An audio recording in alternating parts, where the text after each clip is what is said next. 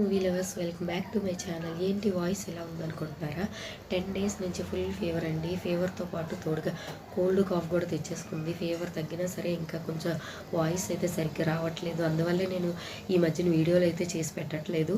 But రేపు Naga Chaitanya cinema తాండేలు movie release అవుతుంది కదా, ఈ మూవీ కోసం కొంచెం వీడియో చేయాలనిపించింది. ఎందుకంటే నాగ చైతన్య అంటే నాకు స్పెషల్ ఇంట్రెస్ట్ అండి.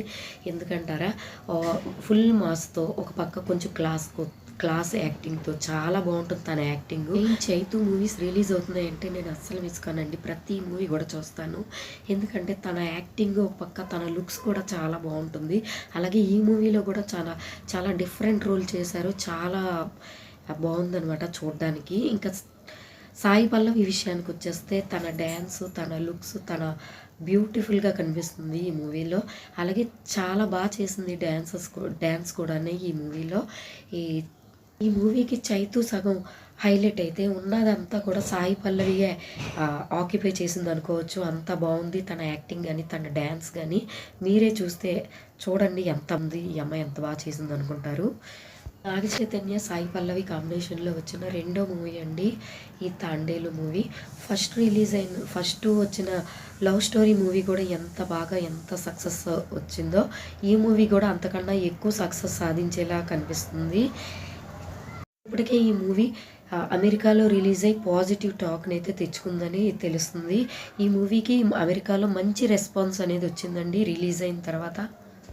మూవీకి చందు ముండేటి దర్శకత్వం వహించగా, సినిమాని బన్నీ వాసు నిర్మించగా అల్లు అరవింద్ గారు సమర్పించారనమాట. 5 కోట్ల భారీ బడ్జెట్తో ఈ సినిమాని నిర్మించగా రేపు అంటే ఫిబ్రవరి 7వ తారీఖున అఫీషియల్గా రిలీజ్ అవుతుందండి. ఇప్పటికే అమెరికాలో రిలీజ్ అయ్యి మంచి పాజిటివ్ టాక్ అయితే తెచ్చుకుంది. ఇక స్టోరీ విషయానికి వచ్చేస్తే సముద్రపు నేపథ్యంలో సాగే లవ్ స్టోరీగా ఈ సినిమాని నిర్మించారనమాట.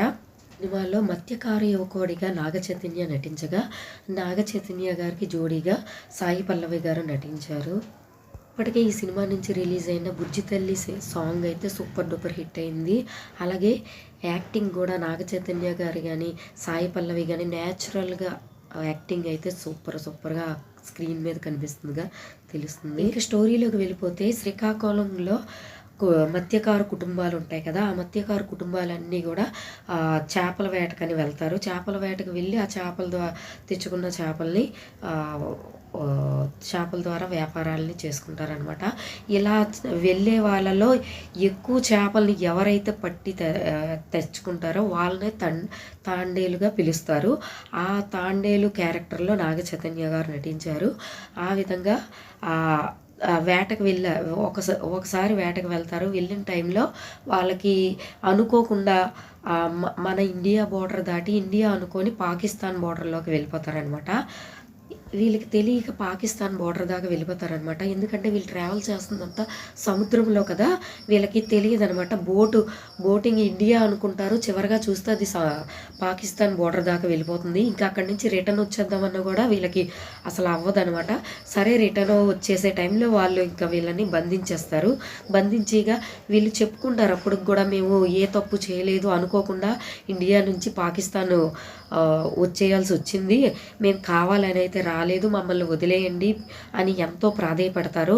సరే వదిలేస్తామనేసి వీళ్ళకైతే నచ్చజెప్తారు. సరే వదిలేస్తాం, ఇదిగో రేపు పంపిస్తాం, ఇదిగో మా అధికారులకు చెప్పాము, వాళ్ళు మీకు రిలీజ్ చేయమని చెప్పగానే మేము రిలీజ్ చేస్తాం, మీరు మీ ఇండియా వెళ్ళిపోవచ్చు అని చెప్తారనమాట.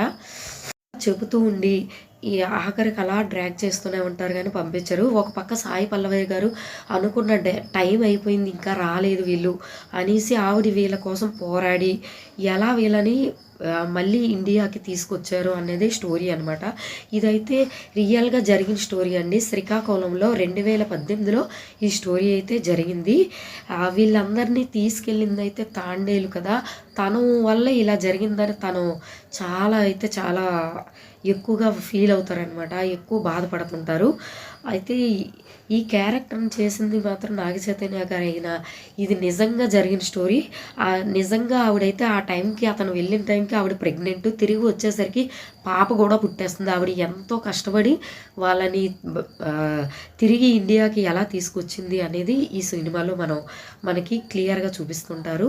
అంతేకాకుండా మన ఇండియా విలువలు, అవి పాకిస్తాన్ వల్ల మనకెంత ప్రాబ్లం అయింది అన్నది మాత్రం చాలా బాగుంది. ఇంకా దీంతో పాటుగా లవ్ స్టోరీని ఎంతో బాగా డైరెక్టర్ అయినది చూపించారనమాట. ఇంకా కెమెరామెన్ కానీ గ్రాఫిక్స్ కానీ చాలా చాలా బాగున్నాయి.